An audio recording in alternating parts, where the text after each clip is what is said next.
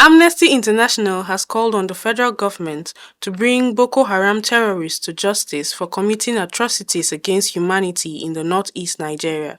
It disclosed this during a press briefing themed Girl Survivors of Boko Haram and Military Abuses in the Northeast, held in Maiduguri. It stressed that those wrongfully detained by the military deserve justice after imprisoned for several years under the suspicion of being terrorists.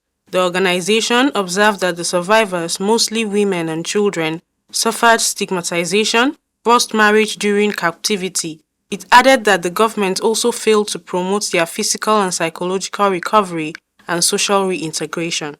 The Amnesty International Country Director, Issa Sanusi, stated that it has lodged a complaint with the International Crime Court (ICC) regarding human rights violations allegedly committed by the Nigeria military and Boko Haram terrorists against conflict victims who have suffered molestation and subjected to other forms of abuses.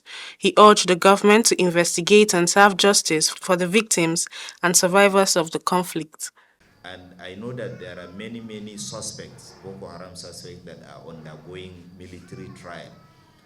We all know that. Therefore, it is possible. It is something that should happen. The government has the responsibility. And if we don't do that, we are going to create a wall in which people can just do what they like and just get away with it. So when we say that Boko Haram too should be brought to justice, we are not just saying it for the sake of saying it. We believe that it is possible and it can be done and it must be done. And if it does not happen, it's because the government is not committed to doing it. We believe that no atrocity should go unaddressed. We believe that whatever happened to these girls, it must be accounted for, and they need help.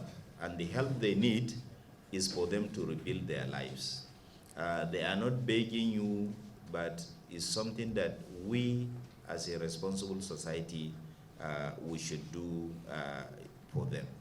So despite some family unification efforts, the Nigerian government has largely failed to promote their physical and psychological recovery and social reintegration.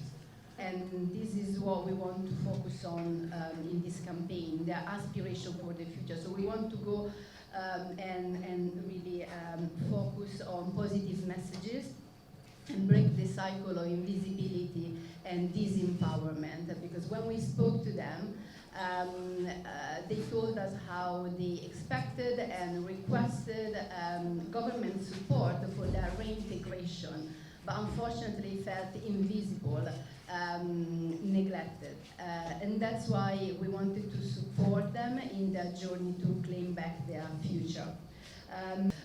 So we really wanted to have a survival center approach. We asked them what they needed to rebuild their future, and what they were requesting was and is government support for education, access to healthcare, and livelihood opportunities.